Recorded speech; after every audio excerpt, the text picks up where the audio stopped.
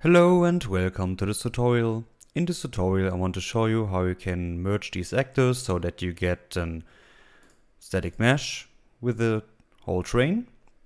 And the other part is I want to show you how you can use this train from the last tutorials.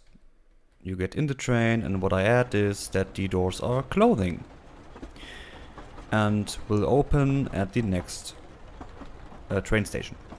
So let's go. So the first thing we have to do, we go to the assets map.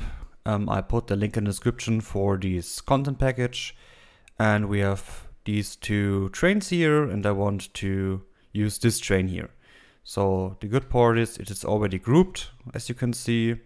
So what we have to do is we select everything here, deselect the train that we want, and then we just say delete and yes to all.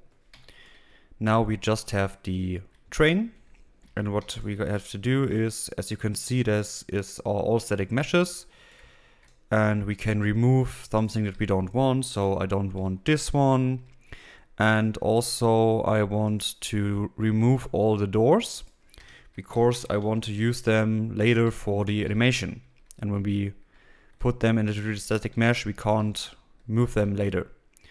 So just select all doors except for these two here. I just want to that these are static meshes.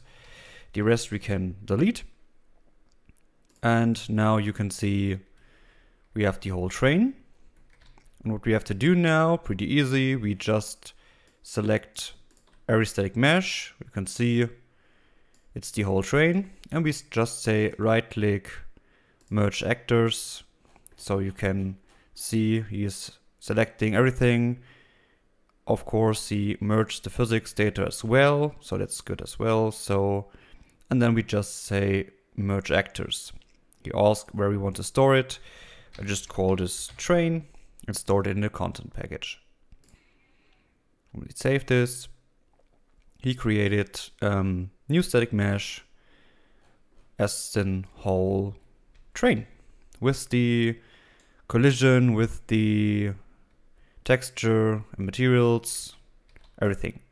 So the good part is you can, when we get into the new level, can just place the trainer right here. So that's how you get the whole train, so it's easier to use it. So the first thing we have to define is which doors should be animated. So for this we go into our train blueprint, and we want to create two new variables. So left doors, this will be a scene component object reference, and we will make an array. And the second one, of course, will be the right doors, as well as a scene component as an array. So compile and save this. So now we want to set it. So first of all, let's take our left doors here, want to get it, and then we just call the add function. So on begin play, usually we have a delay and then the train is driving. So let's add this element, and what we have here, so what I prepared is we have the right door, the left door, so these both doors here and these both doors here. Okay, so and we want to set it. So we take the first left door and add it to the array. Then again we say add, call the function and do this with the other door as well. Of course we do this with the right door same way. So add, call the function, and then we take our first right door, put it right here, same thing, add, call the function, take the second door and connect it. So now we have defined which door should be animated. So now we have to do the animation. So let's create a new custom event. Call this open, close doors, whatever you want. And this should be, has an input.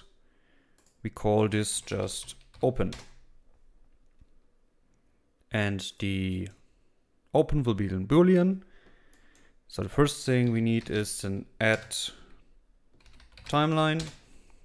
Let's call this open doors. So let's open this up and create a new flow track. Let's call this movement, put the length to 3 seconds and add a key 0 and 0. And the second one will be 0.34. I just play around with this value. You have to do it for your own. I'm sure there's a math formula behind that, but you will figure that out. Great, so that's it here. So we have the movement. And now we go from the update and say for each loop. And we get our right doors inside here. So every right door, this will play. So the second part is we need a branch. Put this into the loop body. The condition will be the open input, like this. So, and now we go from the array element and say set relative location. The true case goes inside here. We can copy and paste this.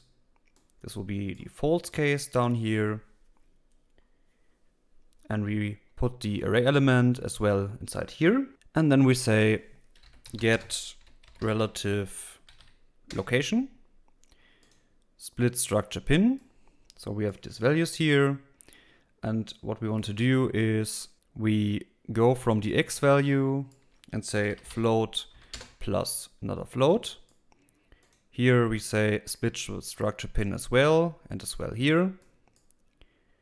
Connect the x value, the epsilon and the z as well down here. So z, epsilon, we go float minus float. Put this inside here. And then we just connect the movement with these both values here. So this is for open the door and this is for close the door. So it's just moving the x value. So it's pretty easy. When you take a look, we take the right door and we just move this value here. Great. So as of course we have to do this for the left doors as well. So we take our left doors. Let's move this a little bit over here. So, and what we want to do is we go from the left doors and say get a copy, connect the array index to this one here. And what I want to do is we can copy and paste both of these set relative locations, connect this one here. And of course the output goes into the targets. And as well, we go from here. And again, we say get relative location. Again, split structure pin. Again, the epsilon goes into the epsilon, the z into the z. And then we just say again, float minus another float. This will be the x, like this. And again, we go from the x float plus float inside here, go from the movement and connect both of these. So it's exactly the same function for the right door and left doors. So that's the whole function to open and close the doors. So now we just have to call this. So we have our stop function here. Of course, on stop, we just want to call the open close doors function, put it inside here. And on stop, we want to open the doors. And we can copy and paste this to the drive function. Of course, when we want to drive, we want to close the doors, so we hit this on false. So, yeah, that's it. So compile and save this. Let's see if it works. We go inside the train. The doors are open and now they are closing. And when we take a look right here, these are closed as well. So the train is driving to the next train station. So the train is holding, the doors are opening. And as you can see, both are open and now they're closing again. Great! So I hope you enjoyed the tutorial. If you have any questions, please let me know. And yeah, goodbye!